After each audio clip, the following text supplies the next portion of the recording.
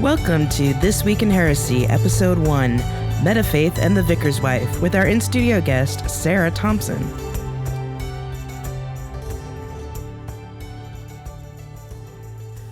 Hi, Sarah. Hello.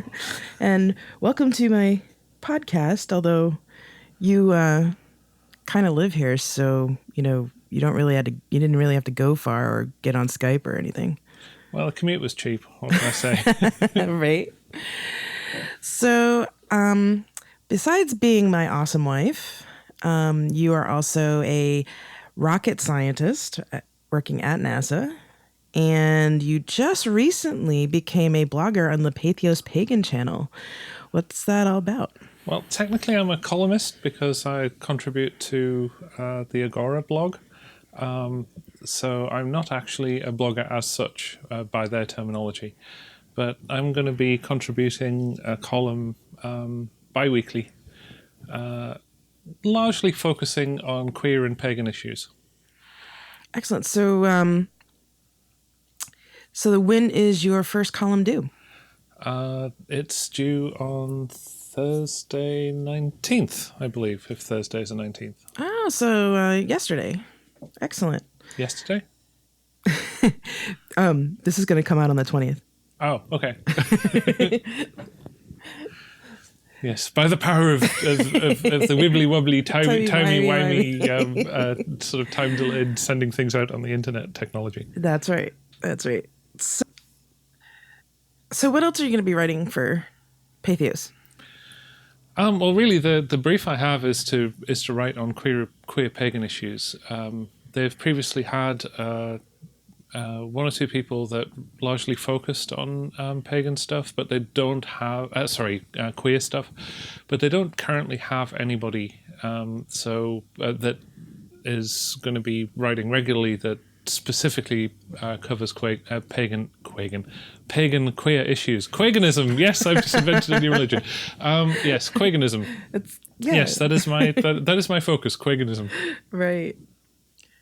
So how are you going to approach this? Because, some people really focus on, this is a specific pagan issue, or are you going to focus it more on a general idea of these are issues that I happen to be talking about as a pagan, but are universal to any religion? I'm kind of thinking probably yes to all of the above. Coming up with a hopefully interesting article once every 2 weeks doesn't sound like too much, but having to do it every 2 weeks will probably be quite hard from time to time. Mm. And I hope to contribute things that are worth reading, so I'm not really going to pull any punches. Right. When you're talking about these issues, will you be also criticizing particular pagans who have gender issues or queer issues? I'm not a great believer in ad hominem attacks on people. Well, yeah. I mean, I'm talking about more like, are you going to call out particular pagan groups for their own attitudes towards issues of queerness and gender? Oh, if somebody is being particularly egregious, sure, yeah. If the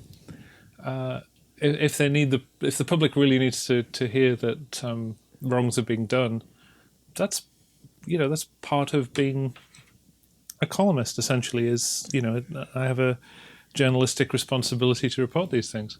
I don't really see myself as a reporter because it's a little more opinion-based than that. Well, yeah. But some level of journalistic integrity, I think, is necessary. Mm-hmm. I think it's going to be a great column, and I think that I know you've read your first draft to me of your first post, and I thought it was really fantastic. So I hope that it really picks up and takes off.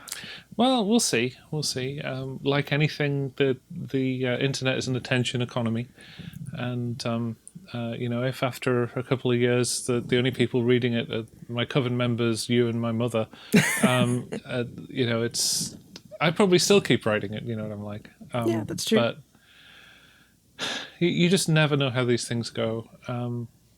There's a great temptation to write outrageous things to get clicks, and I'm not there for that. I think there are plenty of issues that really need raising that don't need to be artificially aggrandized, let's say, and don't need to be pointlessly. I was going to say pointlessly pointed.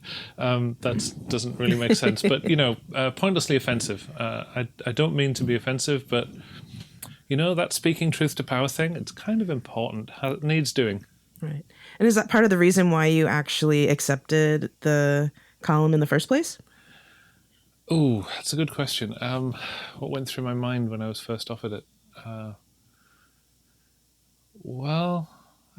Actually, you should tell the history of how I ended up doing it, because it's sort of your fault, really. That's true. So basically, I was approached by the people at Pathos to do a column about queer issues, and for me, I could probably have done it. However, my focus mostly, especially after graduation, has been on interfaith work and, getting my church off the ground, getting the interfaith work really going. So, so that's why I asked you, because I remember we were in the car and I said, hey, I got this offer from Pathos and I don't know if I should really do it, but I think you would be great for it. And you were like, yeah.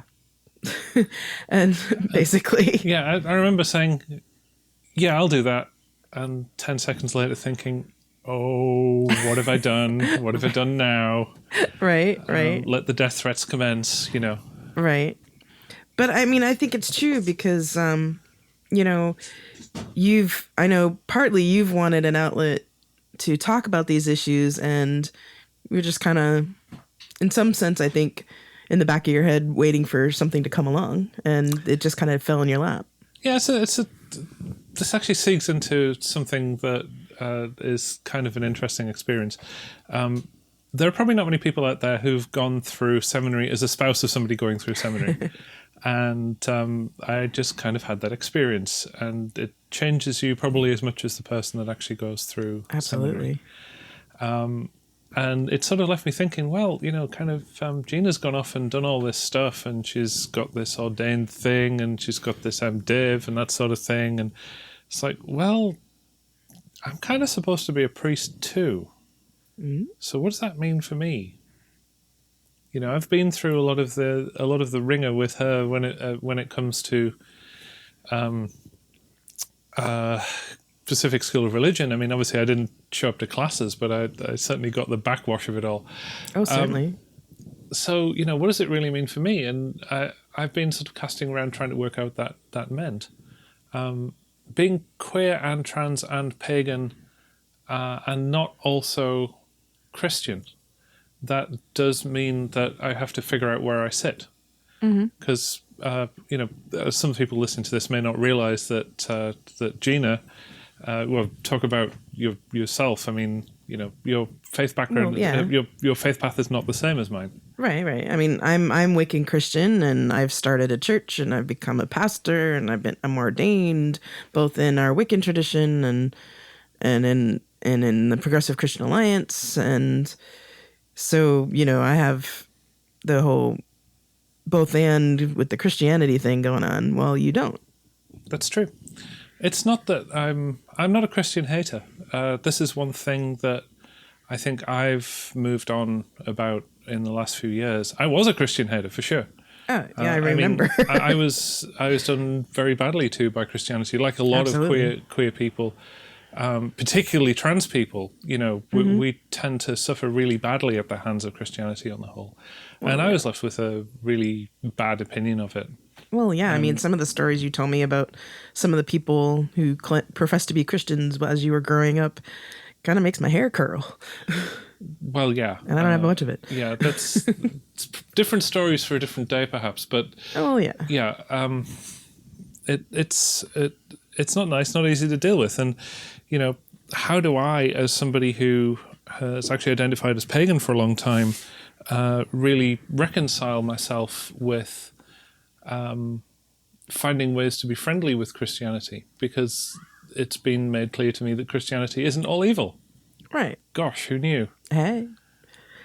So, what is this concept of metafaith? I mean, it was one of the things that you came up with and wrote about during the whole seminary process. And I know for me, it was an amazing tool to really reconcile my Wiccan side and my Christian side, especially while I was going through my internship at Refuge. So, City of Refuge, UCC in Oakland. So why don't you talk about what Metafaith is, and then we'll talk a little more about how we've been using it as part of our ministries. Well, Metafaith is sort of a name that came up for a concept that was kicking around because, I'd been talking to Gina and a number of Gina's seminary buddies, particularly Lee and Philip, who will be on this show as co-hosts, and you get to hear from them directly. And particularly Lee, we kind of got together and cooked up this concept, and Metafaith was a name that sort of stuck for it. So Metafaith really grows out of my other weirdness, other than being queer, other than being trans, other than being pagan. My other weirdness is I'm a little bit of a mathematician. A little bit? No, actually a little bit. I can't really claim to be a professional mathematician because I'm something other than that. But mathematics has been a big thing for me, and is part of my professional practice, and was part of my PhD and all those things. So, for me to really wrap my head around the world, because mathematics is part of the way I think, and that's inevitable if you really do it, my view of the world has to be, in some sense, mathematical, because if it's not, it's going to be inconsistent, and my brain's going to explode. And turning your own brain into a pretzel by believing in contradictory things doesn't really do anybody any good. Right. So, okay, the basic idea of Metafaith is, well, let's start from the concept of interfaith. I mean, everyone knows what we mean by, say, interfaith. Well, generally, yeah. One of the problems that I've seen when people attempt interfaith dialogue is they all do it through the focus of their own particular religion or lack thereof. Mm-hmm. So, atheists tend to approach interfaith from the point of view of having an opinion and listening to what other people say and reinterpreting that from their own viewpoint. Mm-hmm. Christians do this too. Christians have this idea of interfaith, and a lot of Christians are very committed to interfaith. Right. And they do fairly well with similar religions, so they do quite well with talking to the other Abrahamic religions. Right, usually, yeah. Yeah. But when the religions get more different, when they start talking to Hindus and they start talking to other polytheistic religions, right, and one of the many stripes of pagan that are out there. When they start doing that, they do it rather worse, and their attempts to actually recast things in terms that they understand themselves loses content, and right, they frequently miss the point. Similarly, me as a pagan trying to understand Christianity as practiced by people who aren't evil, that was quite a bit of a brain pretzeling exercise to be able to understand, right, well, how can these people do this and not be evil? It doesn't make sense. Exactly. So what Metafaith is if you take all of those worldviews and glom them all together and then create a sort of meta worldview from all of them, mm-hmm, using normal brain power, this isn't really something you can do. Using mathematics, it is something you can do. Right. So that's what I set about to do. It's like, I didn't really use mathematics in the sense of, I didn't really write down equations. Mm-hmm. This is mathematics in a wider sense. But the idea is that, if you take religions, and I mean religions plural, what are the things that characterize them? Mm-hmm. And ultimately, it's belief and knowledge. Right. So, how do you categorize what a Christian believes relative to what a Muslim believes? They have many, many core beliefs that are actually identical. Mm-hmm. They have many core beliefs that are different. So from a mathematical point of view, I'm used to this idea because, mathematical models are all based around the idea of axioms. So what an axiom is an axiom is a fundamental element of believed truth. Right. So I might take a thing and another thing, and are they the same thing? Yes or no? That's an axiom. Mm-hmm. That's the most fundamental axiom there is. Right. One of the things that kind of got me in starting to do interfaith work was actually the impression that people really believe stuff. Mm-hmm. Years ago, this is before I was involved in this stuff here, I had a co-worker, a guy called Richard. And Richard's a literalist Christian who believed in the young Earth cosmology. Or at least he claimed to. I think he either believed it or he did it just to annoy me. Oh, yeah, and either is entirely plausible with Richard. I love Richard to bits, don't get me wrong. Yeah. It was clear to me, really for the first time in talking to him over an extended period of the months we worked together, that his ideas of religion were axiomatic. They were fundamental. They weren't.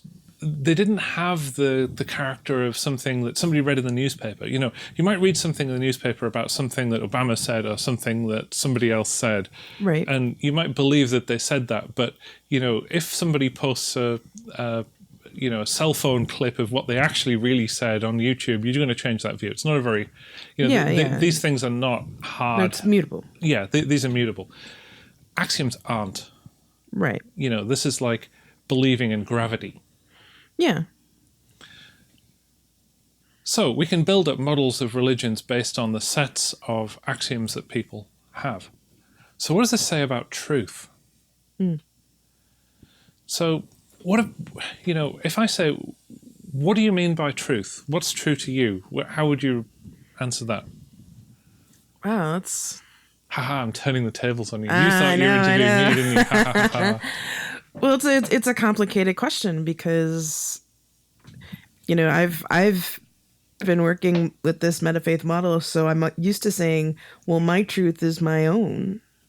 My truth is what I fundamentally believe for myself. This is a really, really important concept. You know, if I'm talking to a bunch of scientists have a very clear idea of what they mean by truth. Right. But really, this is often a misunderstanding that a lot of scientists have over their own philosophy of science. Not many scientists actually study the philosophy of science. No, which is perhaps not. a surprising thing. Mathematicians can't really avoid it. You know, for a mathematician, you can write any expression you like, has no meaning whatsoever without interpretation. And the interpretation is constructed from the fundamental axioms. Right. So, you could have an expression that means completely different things depending on its interpretation. And that is entirely consistent in mathematics. Right. Now, this is not something people usually do in English. Well, absolutely not. Yeah, because it's just too complicated. Yeah. Well, people misunderstand what they're arguing about. You know, so many of the sort of somebody is wrong on the internet arguments are actually arguments over the definition of a word, and the people don't realize that's what they're arguing over. Well, I mean, that just explains the state of religion for the last 2,000 years. Because that's basically what the Reformation was. Yeah. I mean, depending on where you were, but that's basically what it was. It's like, how do you interpret faith versus works? How do you determine faith and works, and what does it mean? By what does salvation mean? I mean, there have been wars over the idea of what salvation is. I don't know what salvation is. Good question. I mean, I'm still working on that one. Yeah, I mean, this whole idea that Jesus died for our sins and somehow made everything okay. I don't understand how that's supposed to work. I'm still working but that's on that. probably a different episode. That's a very different episode, and probably with somebody like a bishop or somebody, to help explain that. Maybe Philip will probably do a good job on that. Oh yes, Philip would do a great job on that. We should have him on soon. Yep. So right. So basically, this is I'm doing this to illustrate. Yeah. You can believe a whole bunch of stuff. You can believe anything you like, and that's your truth. Somebody else can believe a completely different set of stuff. Who's right? That's a very good question. Ultimately, at some level, you're both right and you're both wrong. Yeah. And you have to sort of you have to bite the bullet and actually accept that. And this is true for scientists too. Oh, absolutely. There is a caveat, though. Yeah. If you choose to disbelieve something that is scientifically provable, you're in for a world of hurt. Why? Because every time you do something in the universe that exercises that property, the universe will kick you in the ass. That's true.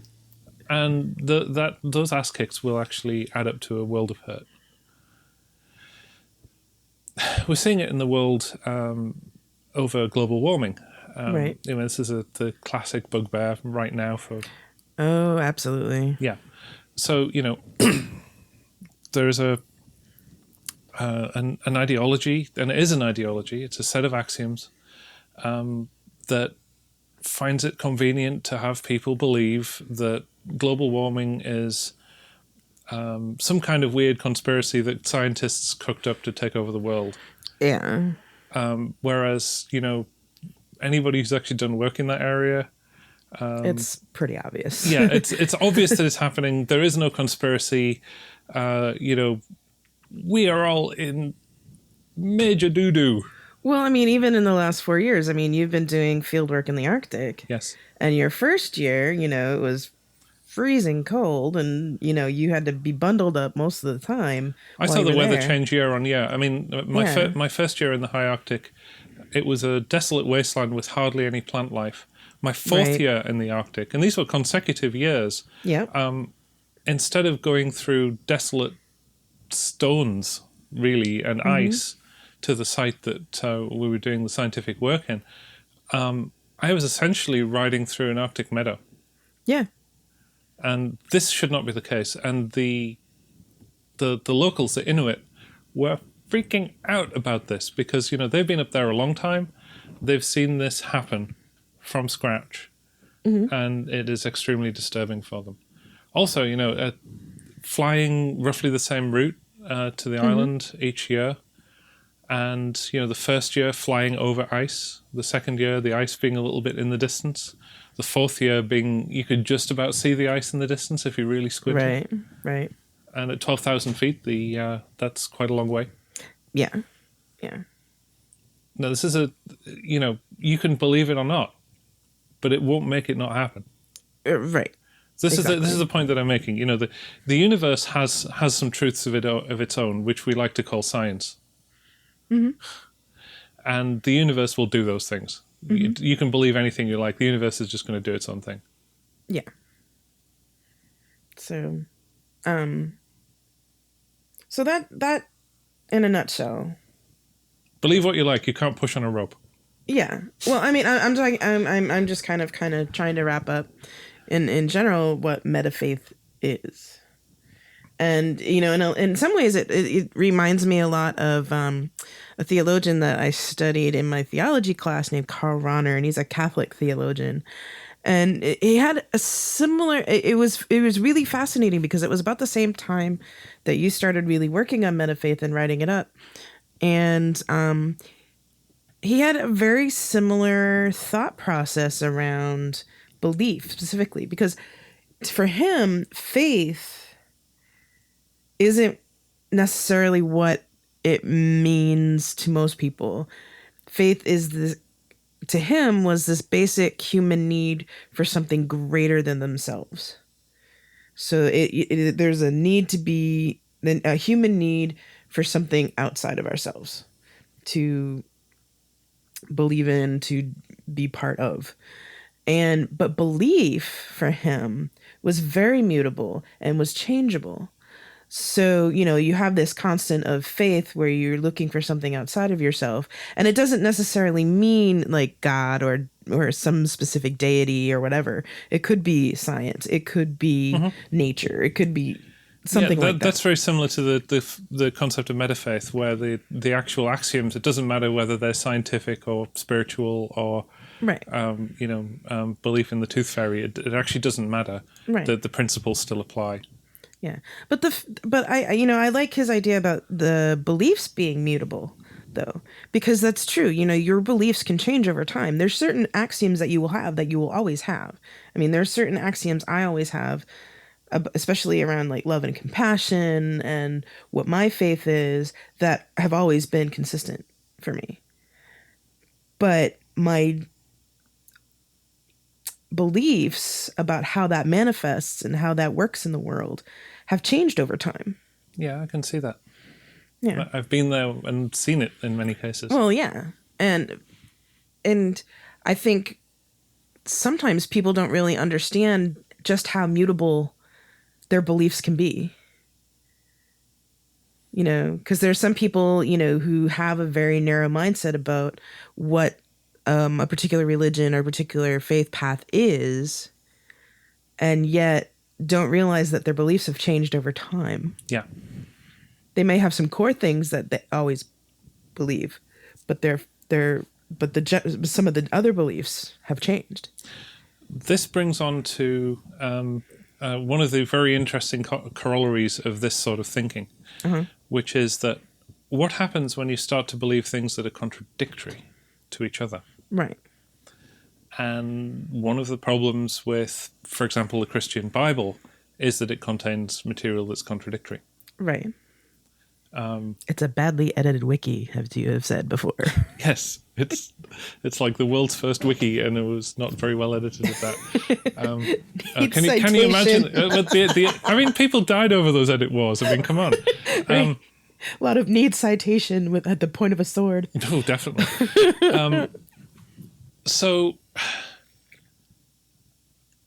I once ministered. This is years ago. I once ministered to somebody who was a devout Christian, and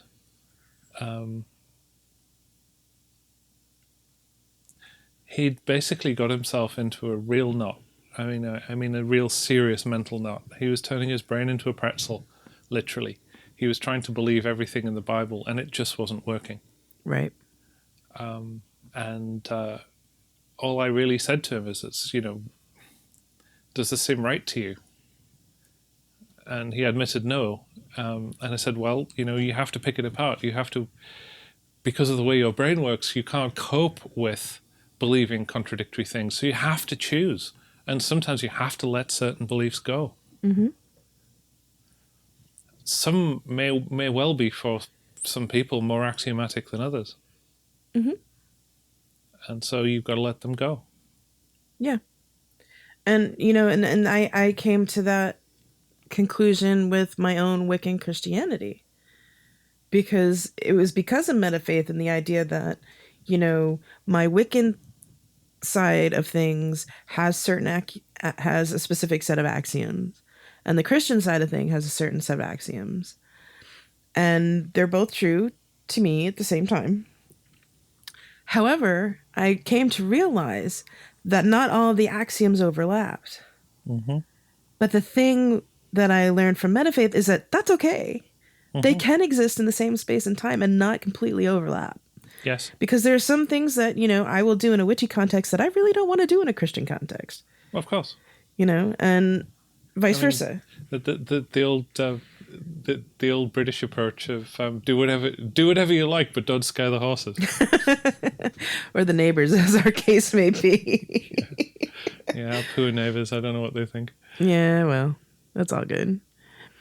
But I know it was a kind of a revelation in that sense, because it was like, oh, you know what? I don't have to force them to fit together perfectly. If that makes any sense? You couldn't jam them together if you tried, so... Right. Well, some people try to jam Two-Face together, or try to jam...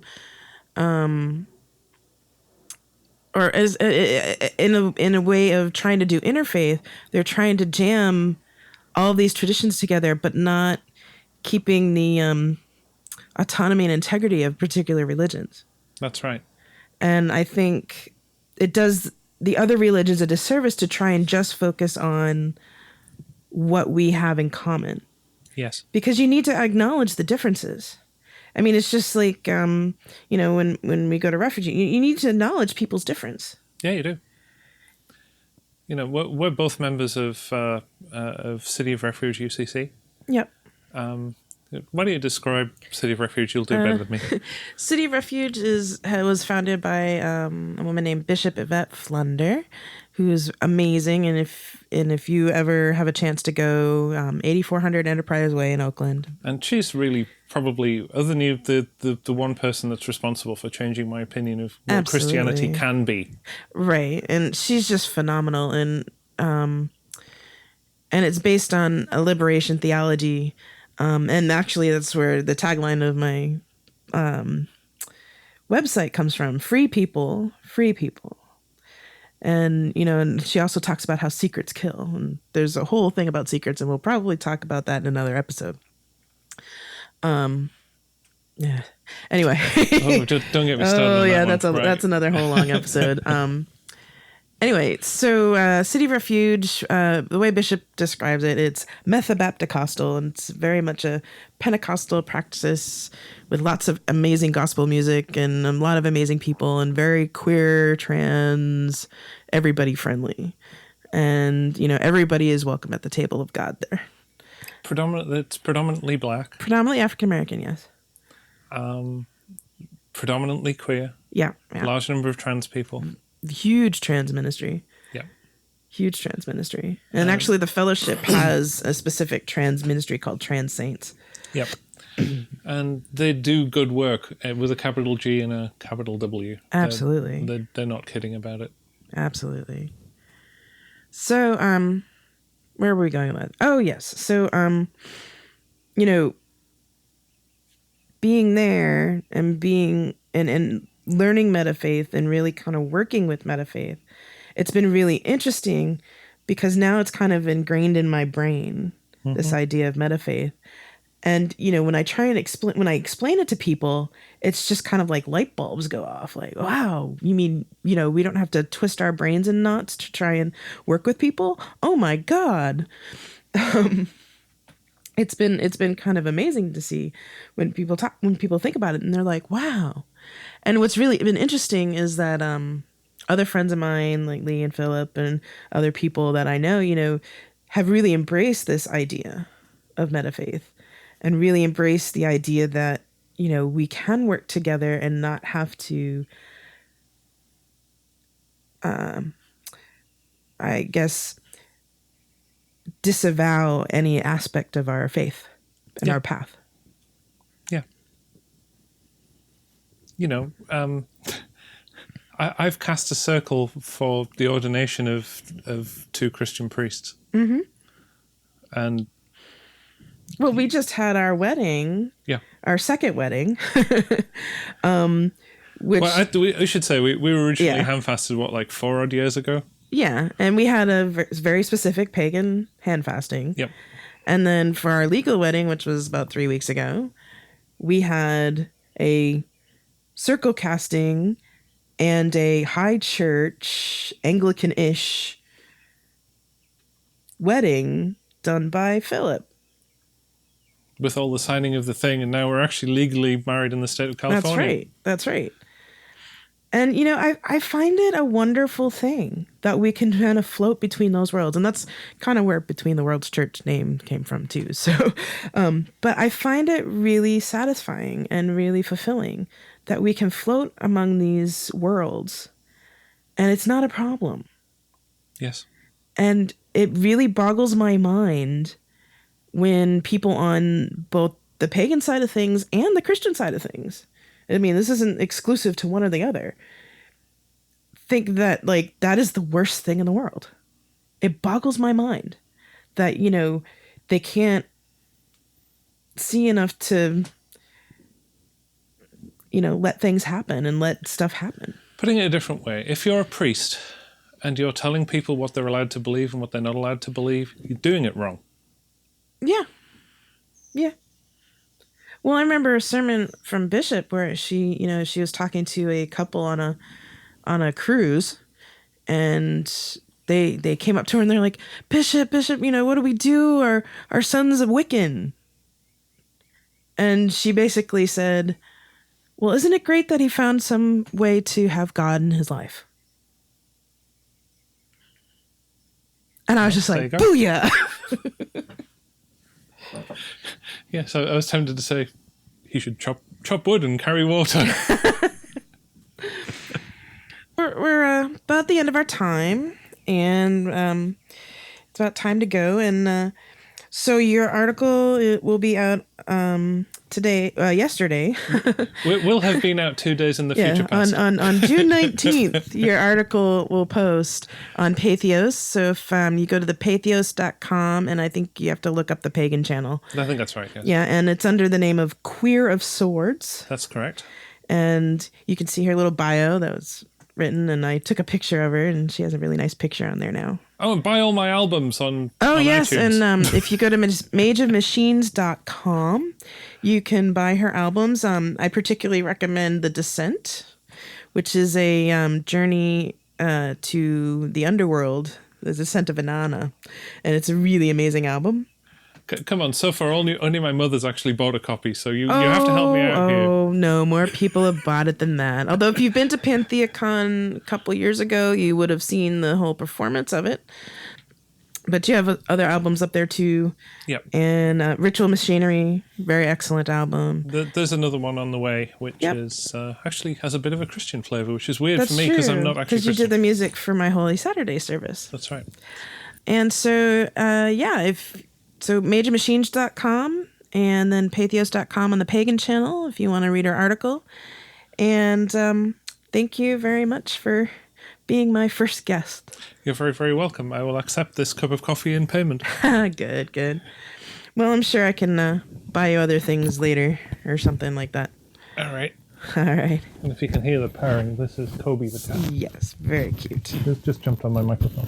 All right, thanks. Bye-bye. Bye.